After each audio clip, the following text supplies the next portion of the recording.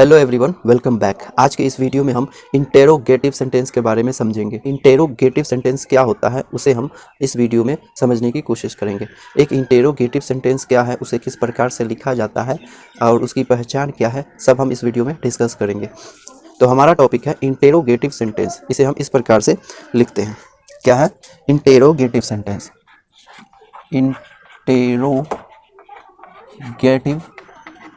Interrogative sentence इसे हम प्रश्न भी कहते हैं, यानी क्वेश्चन। तो क्या है हमारा टॉपिक? इंटेरोगेटिव सेंटेंस यानी इंटेरोगेटिव सेंटेंस और क्वेश्चन। इसे हम हिंदी में प्रश्न सूचक वाक्य बोलते हैं। क्या बोलते हैं? प्रश्न सूचक वाक्य। Interrogative sentence. आप प्रश्न के बारे में तो जानते हैं ना। प्रश्न वह वाक्य हो जिसे जब हम सुनते हैं तो उसके बदले हमें कुछ बताना पड़ता है, या फिर हाँ या न में सहमति देनी पड़ती है, और जिसे जब हम बोलते हैं तो सामने वाले से यह आशा रखते हैं कि वह हमें कुछ बताएगा। प्रश्न करते समय हमारे माइंड में एक संकोच या फिर अज्ञानता की भावना उत्पन्न होती है, जो हमारे चेहरे के इंप्रेशन से पता चलता है। प्रश्न करते समय हमारे चेहरे का जो भाव होता है वो बिल्कुल बदल जाता है। और यही नहीं, प्रश्न सुनने वाले के माइंड में भी एक शंका उत्पन्न होती है और वह इसे और अच्छे से समझने की कोशिश करता है। जैसे डू यू रीड? क्या तुम पढ़ते हो? अर्थात डू यू रीड? क्या तुम पढ़ते हो? Do you read? क्या तुम पढ़ते हो? Do you read? क्या तुम पढ़ते हो? Which class do you read in? तुम किस वर्ग में पढ़ते हो? Which class do you read in? तुम किस वर्ग में पढ़ते हो? Which class do you read in? तुम किस वर्ग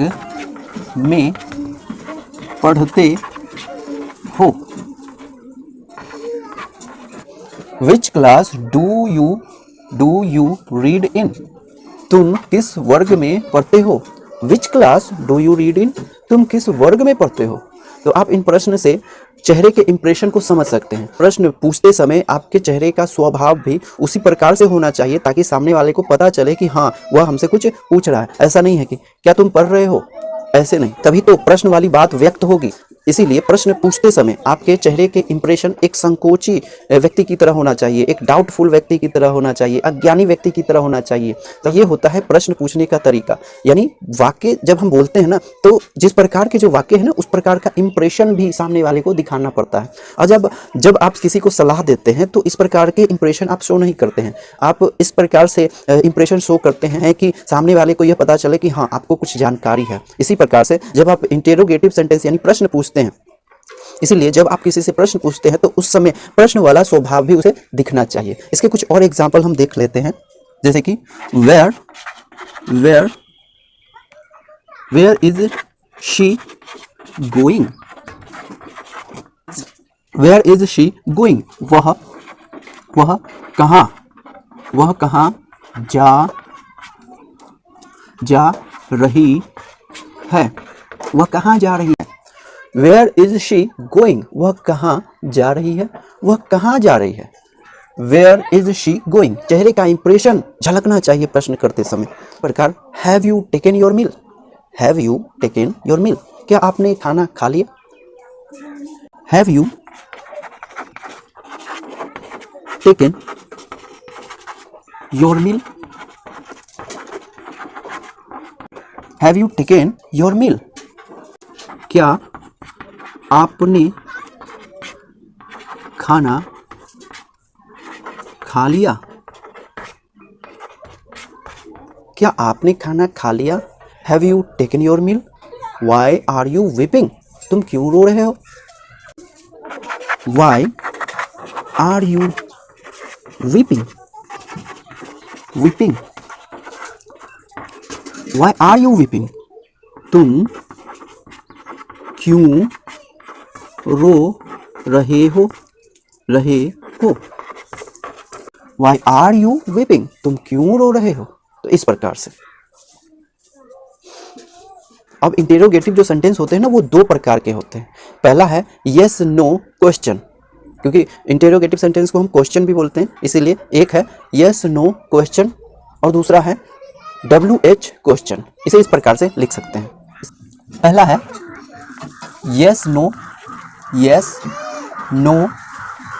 क्वेश्चन, यस नो क्वेश्चन, और दूसरा होता है WH question. WH question, yes no question and WH question, yes no question and WH question. इसमें पहला जो yes no क्वेश्चन है वो एक ऐसे प्रश्न होते हैं जिसके आंसर आप सिर्फ yes और no बोल करके दे सकते हैं, ज़्यादा कुछ बोलने की ज़रूरत नहीं पड़ती। आप सिर्फ yes या फिर no बोल देते हैं तो भी इसका जवाब मिल जाता है। जैसे कि आर यू पुअर, क्या तुम गरीब हो। अब इस प्रश्न का जब आप जवाब दीजिएगा तो आप डायरेक्ट बोल सकते हैं यस या फिर नो। इसे हम ऐसे भी कह सकते हैं यस आई एम या फिर नो आई एम नॉट। जैसे कि आर यू पुअर, क्या तुम गरीब हो। आर यू पुअर, क्या तुम गरीब हो। इसी प्रकार डिड दे गो, क्या वे गए, अर्थात डिड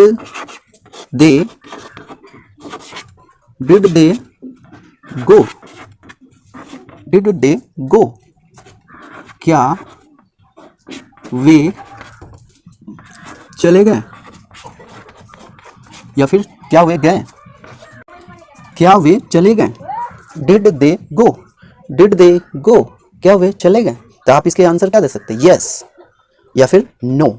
और भी कुछ बोला जा सकता है, लेकिन सिर्फ अगर हम यस या फिर नो भी बोल देते हैं ना तो भी इसका आंसर कंप्लीट हो जाता है। यस या फिर नो, यस दे डिड या फिर नो दे डिडंट।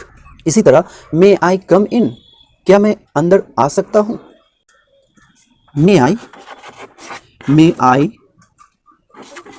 कम इन, क्या मैं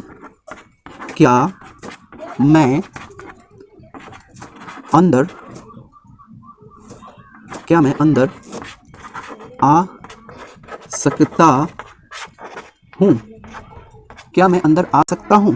मे आई कम इन, तो आप इसका जवाब दे सकते हैं यस या फिर no.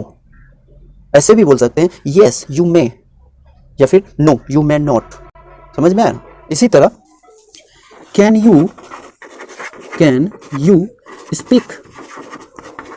Speak English, can you speak English, क्या तुम, या फिर हमेशा तुम ही जरूरी नहीं है, आप भी हो सकता है ना, क्या आप अंग्रेजी सॉरी जी नहीं होता है, जी होता है, यानी जो में यहाँ पर क्या लगता है, नुक्ता लगा होता है, इसलिए इसे हम जो नहीं ज पढ़ते हैं। क्या बोलते हैं इसे, अंग्रेजी बोल सकते हैं, क्या आप अंग्रेजी बोल सकते हैं। कैन यू स्पीक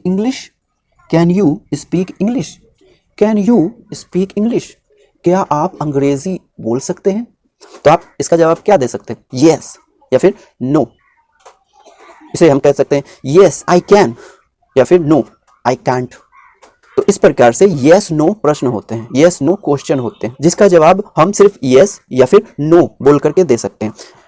यहाँ एक और बात ध्यान रखना है कि ऐसे प्रश्न को हम मुंडी हिला करके भी जवाब दे सकते हैं। सिर्फ मुंडी हिला देने से भी इसका आंसर दिया जा सकता है। सोचो कैसे, अगर आपसे कोई पूछता है कैन यू स्पीक इंग्लिश, तो आप इसे या फिर मुंडी हिला करके भी दे सकते हैं ना। इसी प्रकार से अगर आपसे कोई पूछता है आर यू पुअर, क्या तुम गरीब हो, तो आप क्या कह सकते हैं, या फिर समझ में है ना। तो मुंडी हिला करके भी ऐसे प्रश्न के आंसर दिए जा सकते हैं, इसीलिए हम इसे मुंडी वाला प्रश्न भी बोलते हैं। क्या बोलेंगे? मुंडी वाला प्रश्न। मुंडी वाला प्रश्न क्या हो गया? इसे हम क्या बोलेंगे? मुंडी, मुंडी वाला प्रश्न। मुंडी वाला प्रश्न। मुंडी वाला प्रश्न कौन सा प्रश्न हो गया? ऐसे प्रश्न जिसके जवाब सिर्फ मुंडी हिला देने से भी दिया जा सकता है, उसे हम मुंडी वाला प्रश्न बोलेंगे। हम अपने स्टडी में बोलेंगे, ऐसा नहीं है कि किताब में लिखा होगा कि मुंडी वाला प्रश्न। यह मैं आपको बता रहा हूं ताकि आप समझ सको। समझ में आया ना? मुंडी वाला प्रश्न। Are you poor?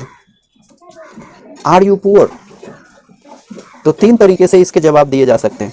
तो यस नो प्रश्न ऐसे प्रश्न होते हैं जिसके जवाब 3 तरीके से दिए जा सकते हैं। एक सिर्फ यस बोल दे, या फिर हाँ के लिए यस बोल दे और नहीं के लिए नो बोल दे, या फिर कुछ शब्द बोल करके भी हम दे सकते हैं, या फिर मुंडी हिला करके भी दिया जा सकता है। समझ में आया ना? तो यस नो प्रश्न।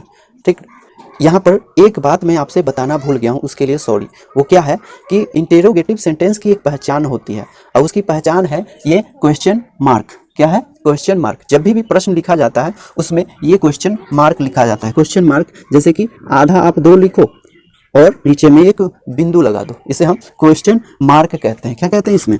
Question mark. इसे क्वेश्चन मार्क बोला जाता है। और यही पहचान है किसी भी प्रश्न की। किसी भी वाक्य में अगर ये प्रश्न चिन्ह लगा हुआ है, क्वेश्चन मार्क लगा हुआ है, तो ऐसे सेंटेंस को हम प्रश्न बोलेंगे। समझ में आया ना? तो ये है पहचान प्रश्नवाचक सेंटेंस की। समझ में आया? तो हमने देखा यस नो क्वेश्चन। अब हम बात करने वाले हैं WH क्वेश्चन के बारे में। WH क्वेश्चन किस प्रकार का क्वेश्चन होता है, हम उसे समझने की कोशिश करेंगे। आप इसे नोट कर लीजिए।